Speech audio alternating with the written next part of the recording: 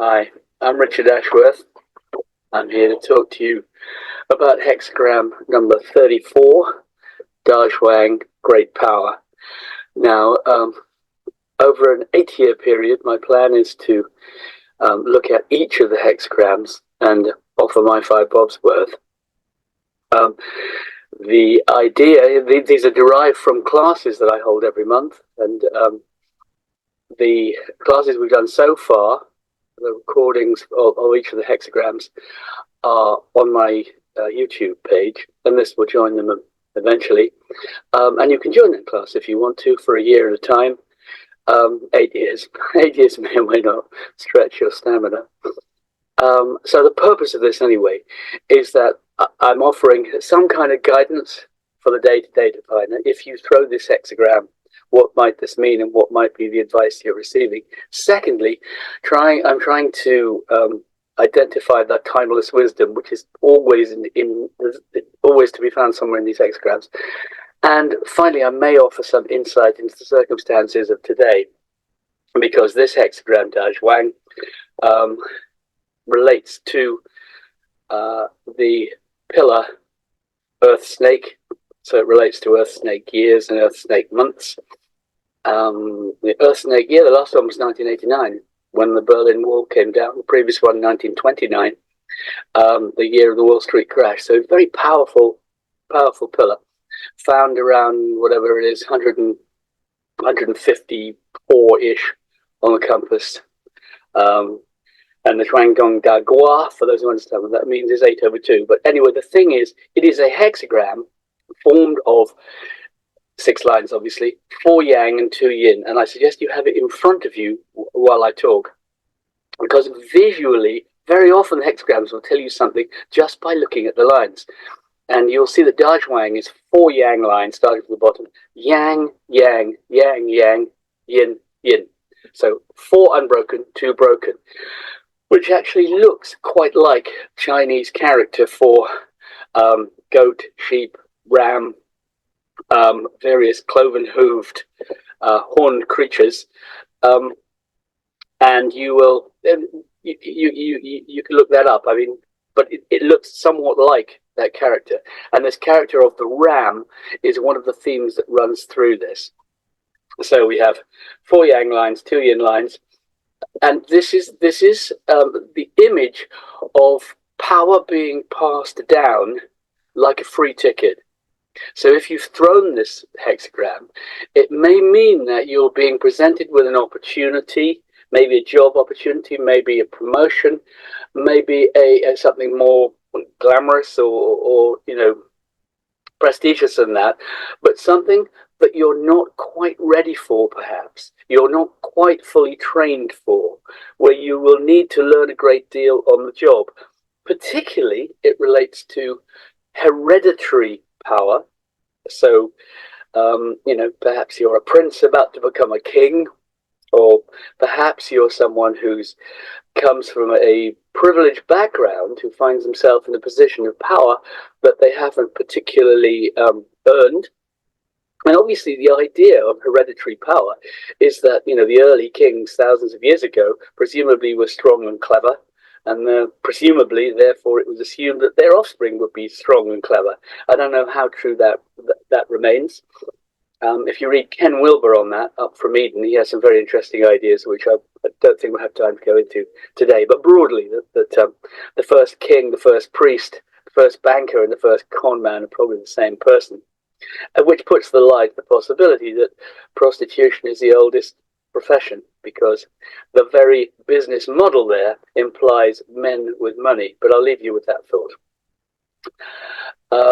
And that probably gives us some insight into the kind of screw up the world is in at this point, from my point of view. Anyway, so we have this hexagram, 4 yang lines, which suggest power being passed down. It's like a kind of easy free ticket. But what's required is during those 4 lines, which may be 4 days, 4 months, 4 steps, 4 promotions maybe, you need to learn how to handle true power before you get to the last 2, which are yin lines. The yang lines are powerful, unyielding, and the yin lines are yielding. You have an opportunity when we get to the fifth line, so that may be 5 steps away, to build upon what you've learned in the previous 4 lines, but those are the crucial ones. What else do you need to know? Well, the ideograph, the Chinese character, is of a big, strong, robust man. Presumably the early kings were big, strong, robust men. The earliest one that I think is on record that I know of is Gilgamesh, and I think his name means something like big bloke. The anatomy of this, the 2 trigrams that make up the hexagram, are thunder over heaven, that is eldest son over father, which again speaks of this image of the ram, locking horns, the young taking over from the old, the young man taking over from the father. I think of the first reel of Bambi, where the father is showing Bambi how to be a man, or not, but doesn't work out well for him, as I recall. The nuclear hexagram, that is the situation from which this is described, is Kwai, which is number 43, which is lake over heaven, sometimes called breakthrough, but sometimes also called something like complacency or entitlement. And the running theme here is of power to which you may be not entitled, but you have been presented with it, and you need to be able to do the job a bit rapidly. And so perhaps we could say from this that you're being told that power can only last if appropriately directed, if you make certain that you do learn how to do this a bit rapidly. I mean, for myself, very early in my career, some 17 years ago, I got to do half a dozen programs on terrestrial TV, which is an amazing opportunity. But I found it was remarkable how much I knew when I was on the spot on this thing called Housebusters, being asked questions. I could go dig into my experience and the knowledge that I had, and I found all sorts of stuff that were absolutely true and appropriate and powerful, and they're rather good programs. But the takeaway I had from that was I needed to learn a great deal more. So I spent a lot of time over the next 17 years going back and forth to Southeast Asia, filling in where I didn't know. So this very much applies to me. So why I'm saying this, yes, this is one of what are called the tidal hexagrams. Its appropriate time of year is around about now, the time of Aries the Ram, this running theme. So power can last if appropriately directed. We need to learn, we need to grow into it. Secondly, or thirdly, appropriate conduct leads to power. In a sense, appropriate conduct is power. So there's counselling against bullying, against manipulation, against standing back and expecting people to do stuff that you're not prepared to do yourself. It's very much about leadership. So let's look at it line by line.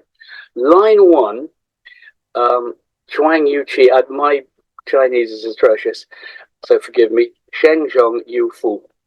I'm saying strength in the toes to go forward, misfortune, this is true. Now, when I strength in the toes, what we're talking about here is haste. We're talking about the danger of doing something too quickly. Now, the reason people do things too quickly, as a general rule, is because they are uncomfortable. But this is saying something a little bit more subtle. It's saying, make sure that you choose the appropriate moment. Do not rush over this, but it's also saying, don't think you know everything already.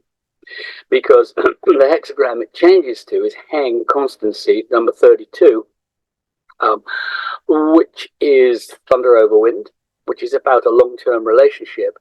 And the downside of a long-term relationship, or this idea, is of sticking to an idea past its sell-by date. It was Ralph Waldo Emerson who said that a foolish consistency is the hobgoblin of little minds.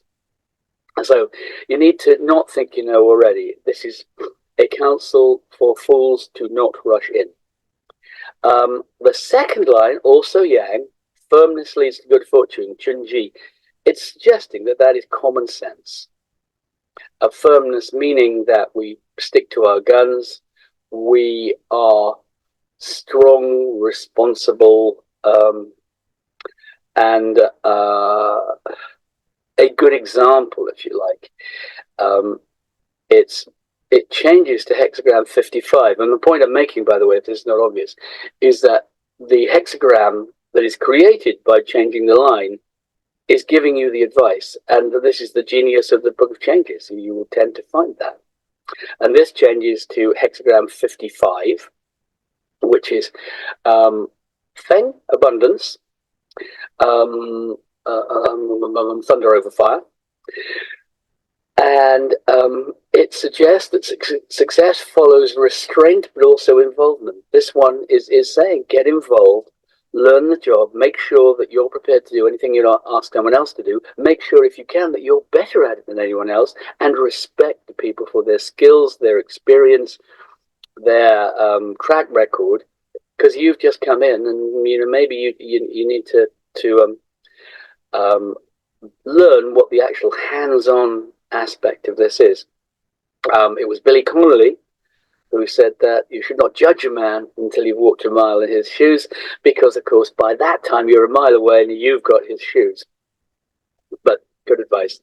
9 at the third, that is to say the third line, sorry, excuse the motorbikes, the third line is telling us the dangers of being small-minded, because it is weak people who use force.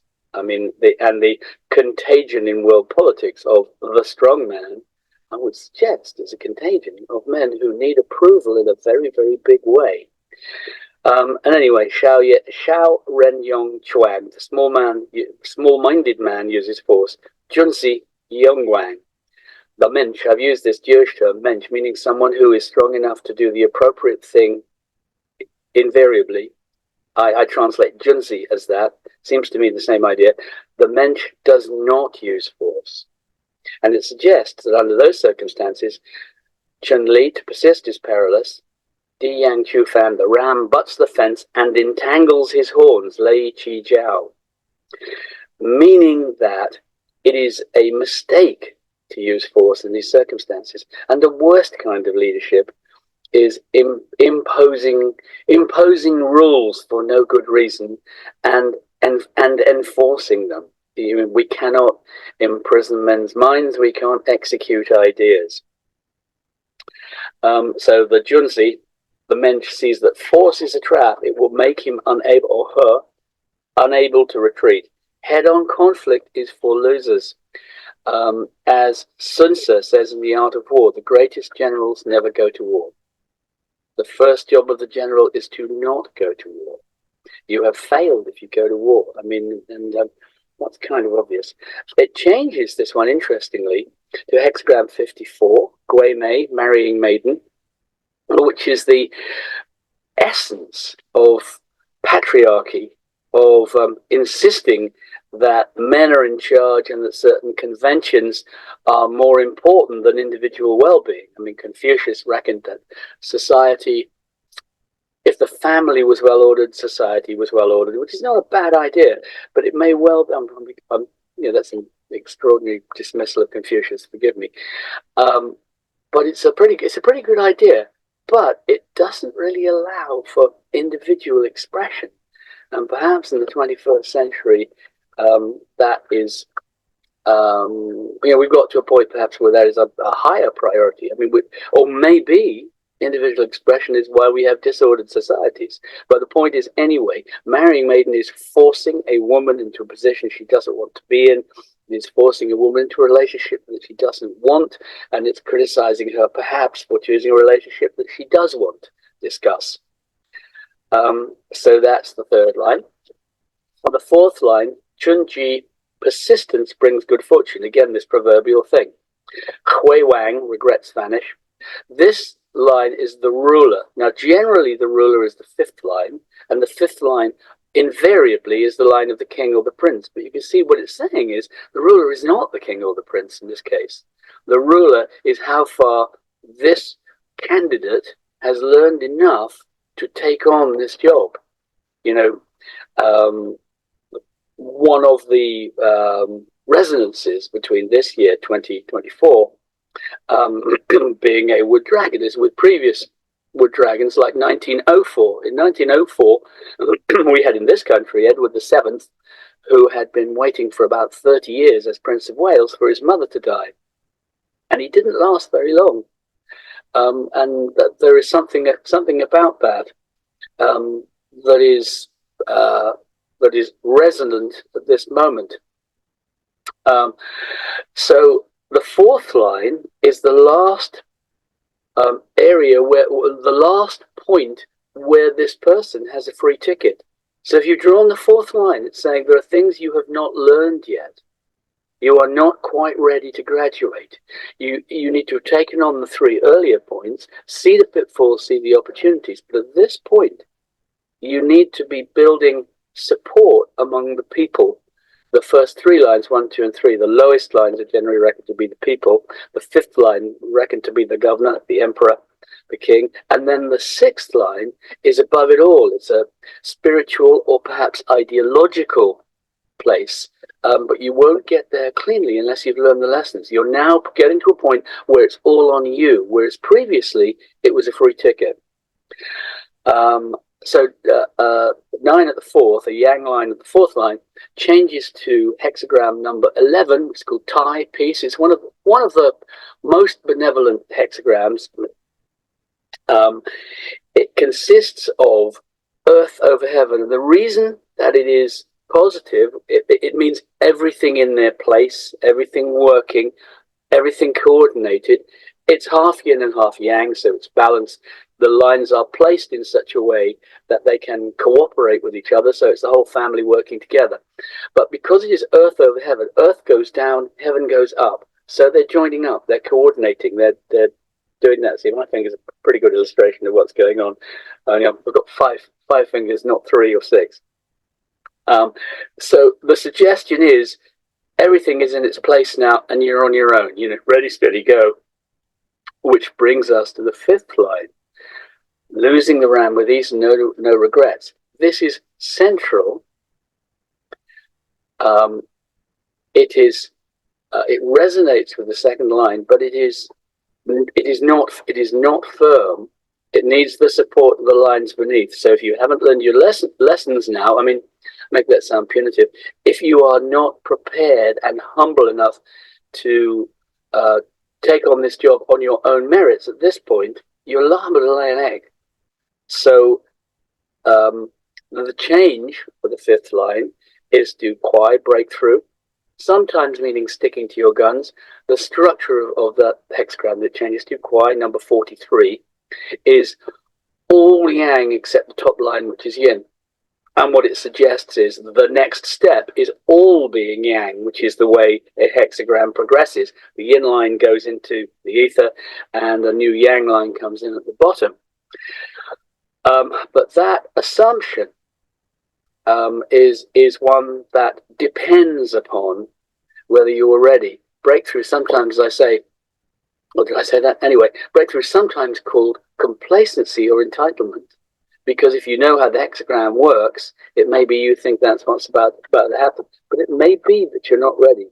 So the point is, if you've drawn this hexagram, or you are at this just about to leap, just about to be left on your own, trainer wheels off point, you need to make sure that you know enough to take that next leap. So if the quandary for you is whether to take a job, for instance, look at it like this. If you're prepared to learn, then